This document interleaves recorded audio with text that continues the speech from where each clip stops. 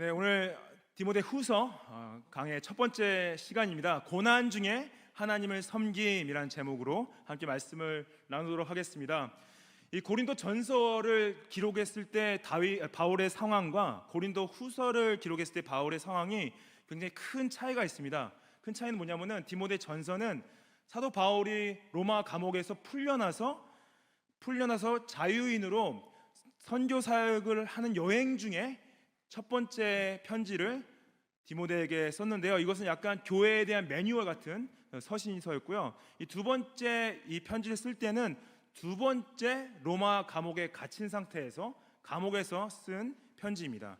감옥에서 편지를 쓸 때 이 당시 이미 재판을 받고 선고를 받은 후에 죽음을 기다리는 중에 이 편지를 썼습니다. 언제 집행될지 모르는 사형 선고를 기다리는 중에 이 편지를 쓰게 되었고요. 그 다음에 곧 겨울이 오는 시기였습니다. 굉장히 추운 상태에 있었고 그 감옥이 지하에 있는 감옥이었는데 창문이 옆에 뚫린 게 아니라 창문이 천장에 뚫렸어요. 천장에 창문 하나가 있어서 빛이 천장에서 들어오는 상태에 있었고, 그 다음에 주위에 같이 섬기던 대마라는 사람이 떠나갑니다. 그래서 떠나가고 누가만 좀 남아서 바울을 도와주는데 굉장히 외로운 상태에서 이 편지를 쓰기 때문에 이 편지의 약간 온도차가 저희가 좀 느껴질 수 있다, 그 생각을 할 수 있고요. 디모데 같은 경우에는 디모데도 굉장히 힘든 상황 가운데 있었습니다. 당시 64년경에 로마에 큰 불이 나요. 그 큰 불이 나는데 로마 황제 네로가 그 불을 낸 것을 그리스도인들이 했다라고 이게 해서 그리스도인들을 축출하고 죽이기 시작합니다. 그거를 로마에서만 하지 않고 다른 로마 왕국에 있는 다른 나라에 있는 그리스도인들까지 핍박을 시작해요. 그래서 에베소 교회를 섬기고 있던 디모데 교회 안에서도 교인들이 떠나가기 시작합니다. 그리고 에베소 교회 안에서 섬겼던 거짓 선생들, 후메네오와 알렉산더가 밖에 나가서 교회를 계속 공격하는 가르침을 합니다. 그래서 교회 내에서 쫓아냈는데 계속 교회를 거짓으로 공격하는 상황이 있었고요. 그 다음에 당시 디모데가 사역자로서 굉장히 젊고, 그 다음에 신학자들이 말하는 건 약간 내성적이었다 그런 말도 해요. 그리고 경험이 부족해서 교인들로부터 굉장히 큰 공격을 받고 있었습니다. 왜 이렇게 내성적이냐, 왜 이렇게 경험이 없냐, 그리고 왜 이렇게 소심하냐, 이런 공격을 받고 있었어요. 그래서 이 사도 바울이 이 디모데의 상황을 알고 자신이 죽음 직전에, 어떻게 보면 이 디모데 후서가 바울이 쓴 마지막 편지일 수 있습니다. 근데 우리가 이 디모데의 상황과 바울의 상황을 봤을 때 과연 그럼 예수님을 따른다는 것이 뭔가 생각이 들죠. 예수님을 따르면 모든 게 다 잘 풀려야 되는 거 아닌가, 감옥에서도 좀 풀려나고 사역도 좀 잘 되고 집도 좀 생기고 가족도 좀 생기고 직장도 좀 생기고 자녀들도 좀 생기고 돈도 좀 생기고 행복해야 되는 거 아닌가, 세상적으로 잘 풀려야 되는 거 아닌가. 이렇게 되려면 뭐하러 예수님 따라가나, 뭐하러 예수님 믿나, 그런 생각 안 드십니까? 그렇지 않아요? 사도 바울, 디모데, 모든 게 다 잘 풀려야 되지 않아요? 근데 여러분들 성경을 보시면 아시겠지만은 예수님을 따라가는 삶이요 항상 그렇게 잘 풀리고 행복한 삶은 아닙니다. 굉장히 어려운 일이 있을 수 있고 힘든 일이 있을 수 있고, 어떻게 보면은 예수님을 안 믿는 것보다 믿는 것이 더 힘드실 수 있어요. 그러면은 그렇게 질문할 수 있죠. 그러면 뭐하러 따라갑니까? 뭐하러 따라갑니까? 우리 질문할 수 있죠. 왜 따라가세요, 여러분들? 예수님 따라가봤자 힘든데, 어려운데, 괴로운데, 우울한데, 지치는데 왜 따라가세요? 예수님을 의지하기 원하세요. 예수님으로 우리가 만족하기 원하시고 예수님으로 기뻐하기 원하신다는 거죠. 1절 말씀을 보시면은 하나님의 뜻으로 말미암아 그리스도 예수 안에 있는 생명의 약속대로 그리스도 예수의 사도된 바울은, 이렇게 시작을 하죠. 이 당시 편지는 처음에는 그 편지 쓰신 분을 쓰고 그 다음에 편지를 받는 사람을 쓰고 그다음에 편지의 목적을 쓰게 되는데, 이 당연히 사도 바울이 자신이 누구인지를 밝히는 게 당연하긴 하지만은 이 디모데가에게 쓰는 개인적인 편지에서 굳이 이렇게까지 자신이 누구인지 밝힐 필요가 없었어요. 이미 디모데는 사도 바울이 누군지 알고 있었죠. 근데 왜 굳이 이렇게까지 표현했냐? 중요한 걸 담고 있다는 거죠. 자신이 사도된 것은 하나님의 뜻으로 됐다. By the will of God. By the will of God. 그게 뭐냐? 자신이 사도된 것은 자신의 뜻을 쫓기 위한 것이 아니라 하나님의 뜻을 쫓기 위해서 하나님의 부르심 따라 창조 전부터 하나님께서 가지고 계신 구속 사역 가운데 자신을 이방인의 사도로 부르시기 위해서 자신인 하나님의 뜻에 따라 사도가 됐다. 이건 뭐냐? 하나님께서 우리에게 원하시는 것은 나의 뜻대로 삶을 사는 것이 아니라 하나님의 뜻대로 살기 원하신다는 거죠. 내가 원하는 거는 항상 뭐냐? 나를 위한다는 것은 하나님의 뜻을 거스를 수 있다는 거죠. 우리가 여러분들 아까 저희 아이들한테도 제가 말을 했지만은 아이들한테 던져야 될 가장 큰 질문은 뭐냐면은 너 커서 뭐 될래가 아니에요. 하나님이 너를 통해서 무엇을 이루시기 원하니라는 질문이에요. 근데 애들이 그러면은 딱 표정이 그래요. 이게 도대체 무슨 질문이지? 그런 생각이 듭니다. 그리고 아까도 똑같았어요. 보면은 이게 도대체 무슨 질문이지라는 생각이 들어요. 그것도 질문에 대한 답도 모르죠. 근데 우리가 부모님으로서 자녀한테 다른 분들한테 던져야 될 질문은 뭐냐면은 하나님께서 당신의 삶을 통해서 이루시기 원하는 하나님의 뜻은 무엇입니까? 라는 질문을 던져야 된다는 거죠. 여러분들 매일 아침 일어나셔서 무릎 꿇고 하나님께 기도하실 때 하나님, 오늘 하나님께서 나의 삶을 통해서 이루실 하나님의 뜻은 무엇입니까? 하나님, 내가 어떻게 하나님의 뜻을 따라서 순종하는 하루를 살 수 있습니까? 라는 질문을 던지고 하루를 시작하십시오. 하나님, 내가 오늘도 나의 뜻을 쫓아, 나의 욕심을 쫓아, 나의 힘을 따라서 나를 의지하면서 사는 것을 내려놓고 하나님의 뜻을 쫓아 하나님의 힘을 의지하면서 주님을 쫓아가기 원합니다. 나를 도와주십시오. 보여주십시오. 순종할 수 있도록 인도하여 주십시오. 라고 질문 던지십시오. 하나님 보이실 것입니다. 하나님께서 응답하실 것입니다.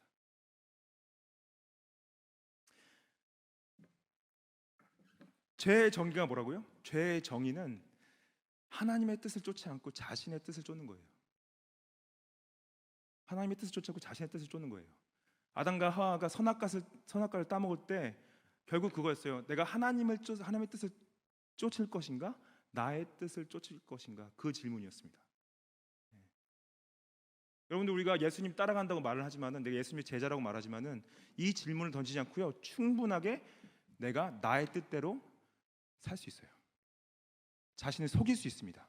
내가 예수님의 제자라고 생각은 하지만은 결국 나의 뜻을 쫓아 살고 있구나. 속지 마십시오. 그리고 여기서 사도 바울이 말하는 하나님의 뜻은 더 구체적으로는 복음이에요. 복음이 뭡니까? 생명의 약속대로, 그리스도 예수 안에 있는 생명의 약속, 그리스도 안에 있는 생명의 약속이 복음입니다. 생명의 the promise of life. 예수님께서 십자가에서 죽으시고 부활하셔서 승천하시고 지금 우리를 다스리시면서 여러분들한테 주시는 그 약속은 뭐냐면은 내가 너를 구원할 것이다. 내가 너를 이미 구원했고 구원을 이루어가고 있고 내가 너에게 부활을 줄 것이다라는 그 약속이죠. 여러분들, 마이클 호튼이라는 신학자가 이런 말을 했습니다. 인간은 언약적 존재이다. Human beings are covenant beings. 그게 무슨 말이냐면요, 우리의 모든 관계는 언약의 관계들이에요. 약속의 관계들이에요. 여러분들 남편분하고 왜 같이 사세요? 왜 아내분하고 왜 평생 같이 사세요? 그냥 약속을 지키는 거예요. You made a promise. You want to keep that promise till the end. 여러분들, 우리가 자녀 양육하고 친구들과 관계하고 우리 사람의 모든 관계가요, 그냥 약속의 관계예요. 왜 여러분들 나가서 운전할 때 그 차량법을 지킵니까? 그냥 그걸 지키겠다고 사회적으로 약속을 하고 지키고 있는 거예요. 물론 여러분들, 우리가 인간은 연약해서요, 우리는 항상 약속을 깨는 존재라는 거죠. 여러분들, 우리가 한 약속을 우리가 다 지킬 수 있는 존재가 아니에요.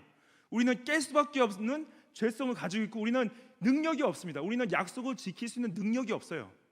근데 여러분들, 약속을 지킬 수 있는 능력이 있는 분이 계십니다. 예수 그리스도는요, 절대적인 능력을 가지고 계세요. 그분의 약속은 꼭 지키시고 신실하게 지켜가시고 의지할 만하고 우리가 우리의 삶을 드릴 만하다. 그분은 자신의 약속을 지킬 수 있는 능력이 있다. 그분이 여러분들이 그분을 믿고 따를 때 생명을 약속하셨습니다. Promise of life. 예수님 믿으십시오. 죄를 회개하세요. 예수님을 삶의 주인으로 받아들이십시오. 주님을 따라가십시오. 그분의 뜻을 보세요. 그분의 뜻을 따라가십시오. 생명이 있습니다. 소망이 있습니다. 회복함이 있습니다. 구원이 있습니다. 이 바울이 디모데에게 이렇게 말하죠. 2절 말씀에 사랑하는 아들 디모데에게 편지하노니 하나님 아버지와 그리스도 예수 우리 주께로부터 은혜와 긍휼과 평강이 내게 있을지어다 그러죠. 디모데의 상황을 알고 있었어요. 디모데의 상황을 알고 있었는데 디모데야 내가 너를 축복한다. 하나님께서 너에게 은혜를 내리시고 하나님께서 너에게 긍휼을 내리시고 하나님께서 너에게 평강을 내리실 거야. God will give you His grace, His mercy, His peace. 이게 왜 중요하냐? 디모데가 사역자로서 너무 연약하고 너무 공격을 많이 받고 있고 너무 괴로운 상황에서 마음이 막 올라갔다 내려갔다 불안정하고 더 내성적으로 변해지고 사람들 만나고도 싶지 않고 대화하기도 쉽지 않고 사역 자체가 너무 힘들고 포기하고 싶고 지쳐가는 이 가운데서 분명히 사도 바울은 알았던 거죠. 너의 마음을 붙잡고 너의 안에 진정한 평안을 줄 수 있는 그분의 평안이 내 가운데 있기를 원하고 내가 기도하고 있다. 그래서 3절 말씀에 내가 밤낮 간구하는 가운데 쉬지 않고 너를 생각하여 청결한 양심으로 섬긴다. 이게 뭡니까? 2절 말씀 보면은 지금 3절입니다. 3절. 내가 밤낮으로 기도한다는 것은 사도 바울이 당연히 감옥에 갇혀 있으니까 밤낮으로 시간이 계속 있겠죠. 근데 뭐냐면은 이제 죽음 직전에 있는 거예요. 죽기 직전에 자신이 뭘 해야 될 거라 생각을 해보니까 그동안 함께 사역하고 섬겨왔던 동역자들이 기억이 나기 시작하고 그들을 위해 중보하기 시작한 거죠. 이것을 밤낮으로 했다는 것은 쉬지 않고 했다는 것은 그가 그 가운데서 그들을 기억하고 했다는 것은 뭐 24시간 1분 1초 다 했다는 게 아니라 계속 그 마음 가운데 그걸 놓지 않고 있었다는 거죠. 그래서 이 디모데를 사랑하는 이 표현을 이렇게 쓰는 건데 여러분들 제가 48년 살았는데 저희 부모님이 지난 48년 동안 저를 위해서요 밤낮으로 기도하고 계십니다. 오늘도 전화하면 오늘도 기도했다. 여러분들 제가 알아요. 여러분들 자녀들을 위해서 밤낮으로 기도하시고 계신 거 알아요. 태어날 때부터 지금까지 계속 기도하고 계신 거 제가 알고 있습니다. 밤낮으로 기도하는 게 그거예요.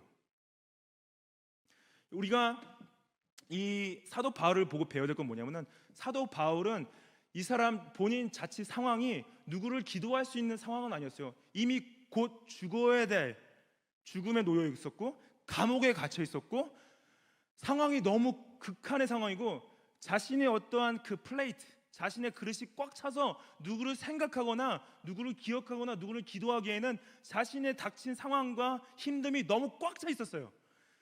내가 이 상황인데 누굴 위해 기도해? 나를 위해 기도해야지 해야 될 상황인데 사도 바울은 우리에게 뭘 말해주고 있냐? 나의 상황은 꽉 차서 맥스아웃 돼서 다른 사람을 위해 기도할 수 있는 시간이 없는 것 같고 다른 사람을 도와줄 수 있는 돈이 없는 것 같고 다른 사람에게 내줄 수 있는 시간이 없는 것 같지만은 그때에 내가 없을 때 나누고 내 시간을 드리고 내 물질을 드리고 기도해야 된다는 거죠.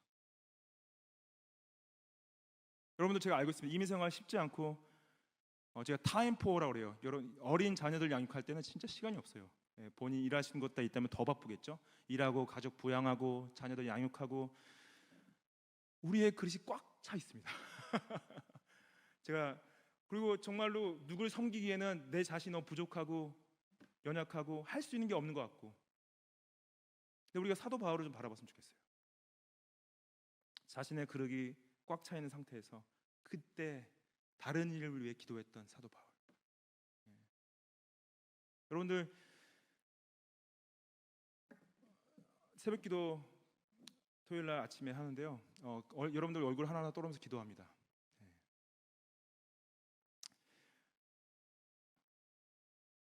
어제는 새벽기도 4분 나오셨어요. 근데 저희 교회 만약에 교회에 새벽 기도를 한 11조로 생각하면은 그냥 한 10분은 나오셔야 되는 거 아닌가? 예, 토요일 날 새벽 많이 바쁘시죠? 함께 기도했으면 좋겠습니다. 예, 서로를 위해서, 교회를 위해서, 교회의 어려운 상황들 가운데 계신 분들 위해서 중보했으면 좋겠습니다.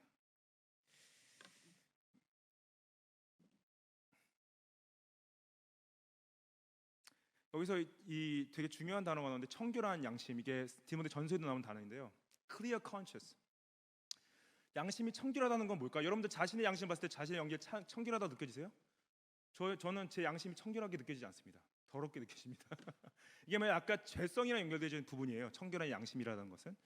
여러분 양심은 그 누구도 볼 수 없습니다. 여러분이 제 양심을 볼 수도 없고 저도 여러분들 양심 볼 수가 있는데 볼 수 있는 분이 한 분 계시죠. 하나님은 여러분들 양심을 보고 있는데 어떻게 사도 바울이 자신의 양심이 청결하다 고백할 수 있는 것인가? 사도 바울이 로마서 7장에선 자신이 죄인인데 죄인 중에 괴수라고 그랬어요. 죄성으로 말미암은 그 괴로움이 너무 괴로워서 하나님 앞에서 자신을 괴수 중에 괴수다라고 했는데 어떻게 자신이 청결한 양심이 있다고 고백할 수 있는가? 이건 뭐냐? 그 감옥 안에 앉았을 때 제가 뭐냐면은 자신의 죄성, 모든 죄를 예수 그리스도가 십자가에서 대속의 은혜로 완벽하게 해결하셨음을 믿고 신뢰하고 회개했습니다. 그러고 나서 자신이 사역을 해오면서 하나님 앞에서 범죄한 것이 없었던 거예요. 그리고 범죄한 게 있다면은 회개를 한 거예요. 그게 청결한 양심이라는 거죠. 마치 욥이 그 모든 저주를 다 받고 나서 친구들이 다 와가지고 너 이거 지금 하나님께 회개 안 했고 하나님 앞에 범죄했기 때문에 너가 지금 이 모든 일을 당하고 있는 거야. 빨리 하나님 앞에 회개하고 돌아서. 그러는데 욥은 난 하나님께 범죄한 게 없는데 뭘 회개하라는 거지.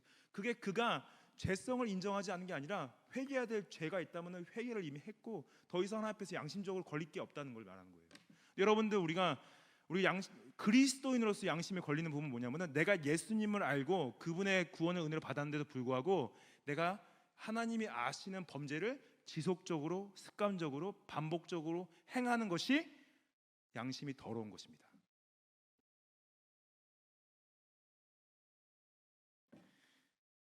이거를 이제 나중에 5절 말씀에 거짓이 없는 믿음이라고 이제 표현을 해요.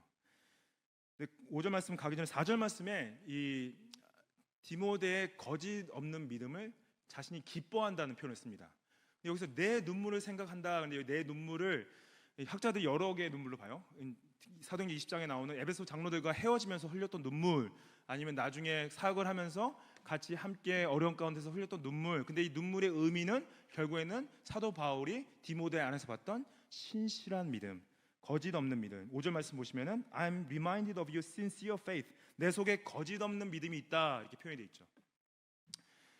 거짓 없는 믿음이 그 청결한 양심이라는 표현이에요. 거짓이 없다. 내 믿음이 거짓이 없다는 것은 여러분들 우리가 사람들 앞에서는요 충분히 거짓 없이 믿는 것처럼 보여줄 수 있습니다. 근데 하나님 앞에서는 거짓말 할 수 없어요.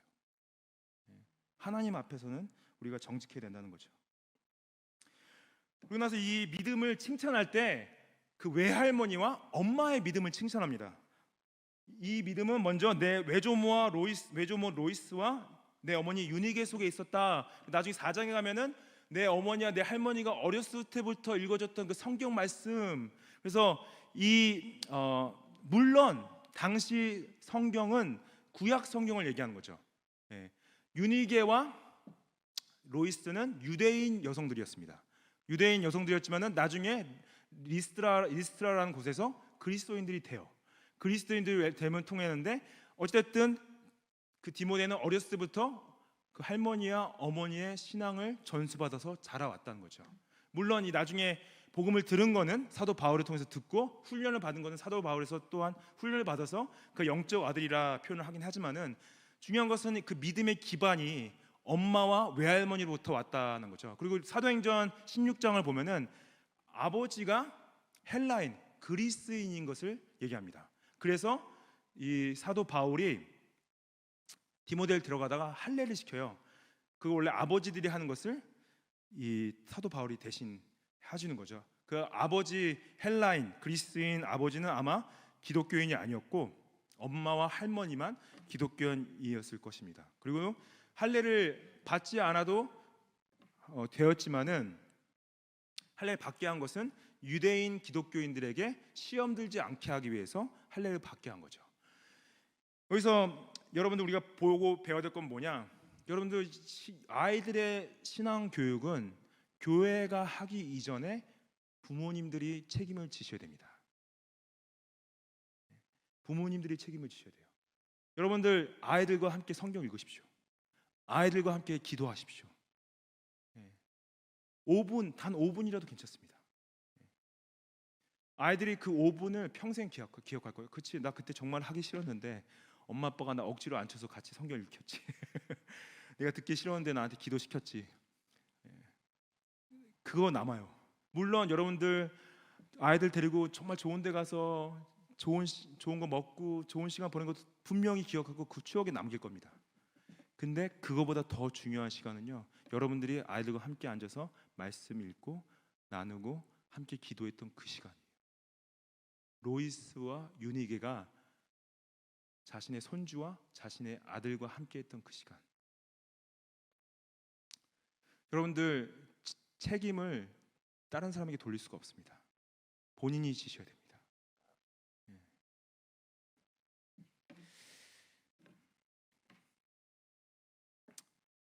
마지막으로 보기 원하는 부분은 우리가 하나님 은사를 통해서 하나님이 섬겨야 될 부분을 보기 원하는데요. 6절 말씀 보면은, 그러면 내가 나의 안수함으로 내 속에 있는 하나님의 은사를 다시 부릴 듯 하기 위하여 너로 생각하게 하노니. 그래서 나의 안수함은 이때 사도 바울이 디모데에게 안수식을 할 때 다른 장로들과 함께 그 안수를 하면서 했던 것을 말하는 거죠. 그 안수함 속에 하나님의 은사를 다시 부릴 듯하게 하라. 여기서 다시 부릴 듯하게 한 것은 뭐냐면은 하나님께서 디모데가 사역할 수 있는 은사를 주셨는데 그 은사에 불을 붙이라는 표현이에요. 부릴 듯하게, 영어로 보시면은 fan into flame. 여러분들 불 붙이려면은 이제 아궁이에다가 불을 놓고 이게 붙이잖아요. 부채질을 하잖아요. 우리가 은사가 그렇다는 거예요. 우리 은사는 부채질이 필요하다는 거죠. 이게 뭐냐면요, 여러분들 하나님께서 주신 은사는 쓰지 않으면은 불이 붙지를 않습니다. 하나님께서 주신 하나님을 섬기고 이웃을 섬기고 교회를 섬기는 이 은사들은요, 여러분들 쓰지 않으면은 불이 일어나지 않습니다. 그리고 혼자 써서는 장작이 혼자 타는 것 같아요. 같이 타야 되는데 혼자 탈 수도 없어요. 같이 불을 붙여야 돼요. 그래서 여러분들 만약에 정말로 하기 싫을 때, 교회 일이 하고 싶지 않고 섬기고 싶지 않고 사역하고 싶지 않을 때, 하기 싫을수록 안 할수록 마음은 더 멀어지게 돼 있고 은사는 더 죽게 되어 있어요. 아닙니다, 난 지쳤습니다, 번아웃 됐습니다, 더 이상 할 수가 없습니다. 그럼 쉬십시오. 근데 만약에 정말로 너무 열심히 섬기다가 번아웃이 왔으면 꼭 쉬십시오. 근데 한번 번아웃이 좀 와보십시오. 섬기다가 지쳐서 한번 번아웃이 한번 와보세요. 축복합니다. 그래서 진짜 와가지고, 목사님 내가 너무나 섬기다 지쳐가지고 더 이상 못 섬기겠습니다. 그럼 정말 잘 쉬십시오. 불을 붙이래요. 불을 붙이래요. 여러분들 우리 삶이 시간이 그렇게 많지는 않습니다. 하나님을 섬길 수 있는 기회가 그렇게 많지는 않아요. 우리 시간이 많을 것 같잖아요. 여러분들 여기 어른들한테 물어보십시오. 우리 섬길 수 있는 시간이 그렇게 많지는 않습니다. 기회가 있을 때 섬겨야 된다는 거예요. 저는 충분히 이해됩니다. 여러분들 정말로 다 상황이 달라요. 정말로 일을 막 직장을 2-3개 하시는 분도 계시고 자녀들이 막 4-5명인 분도 계시고 정말로 타임포어예요. 충분히 이해됩니다. 각자 상황이 다르죠. 근데 그만큼 그럴 때 하나님 앞에 더 무릎 꿇고 기도해야 된다는 거예요. 하나님, 제가 어떻게 섬길 수 있을까요? 이 은사는 인사를 사도 바울이 3가지로 얘기를 하는데, 7절 말씀 보시면은 하나님이 우리에게 주신 것은 두려워하는 마음이 아니요 오직 능력과 사랑과 절제하는 마음이다. 그 두려워하는 마음은 뭐냐면은 사도 디모데가 이제 못 하겠는 거예요, 사역을. 너무 두려워서, 사람도 무섭고 너무나 자신이 부족하고 너무나 연약하고, 그래서 두려운 거예요. 근데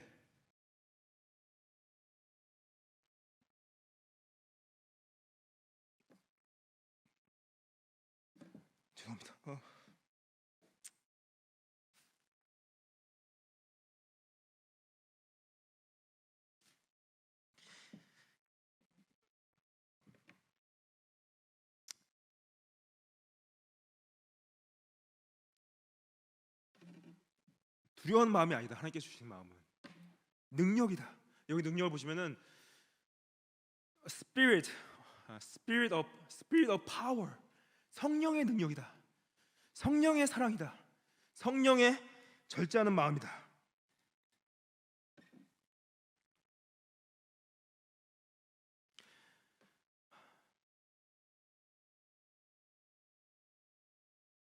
여러분 진짜 두려운 마음이 들 수가 있죠. 불안한 미래와 건강의 문제와 어지러운 세상과 경제적인 어려움, 사람들의 시선, 다 두려운 마음을 줄 수가 있습니다.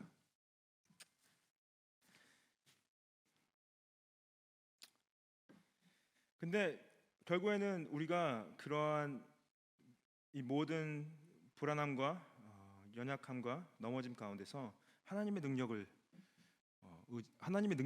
은사라는 거예요. 내가 나의 능력으로는 할 수 없는 걸 알고 하나님의 능력으로 할 수 있는 것을 알고, 나는 사랑할 수 없지만은 하나님 성령의 사랑으로 할 수 있고, 나는 절제할 수 없지만은 성령의 능력으로 절제할 수 있다.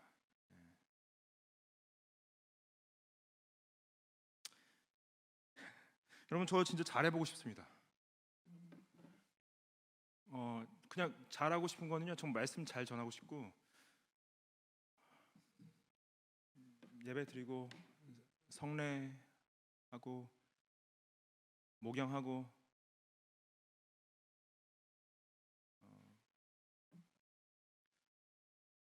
잘하고 싶어요.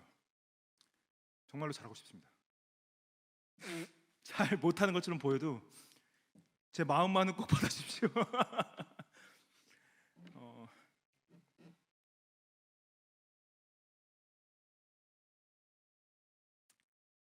그래서 8절 말씀 보시면은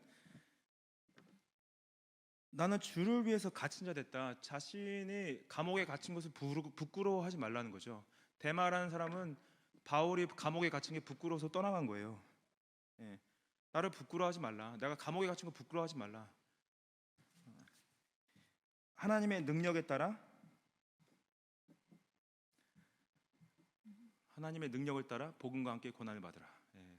하나님 능력, 그분의 능력을 의지하시고 여러분들 힘내십시오. 하나님께서 여러분과 함께 하시고 여러분들에게 능력을 주시고 주님이 사랑을 주시고요, 절제할 수 있는 제어함을 주십니다. 주님의 은혜와 평강과 자비하심이 여러분 삶에 함께 하시기를 축복합니다. 같이 기도하시겠습니다.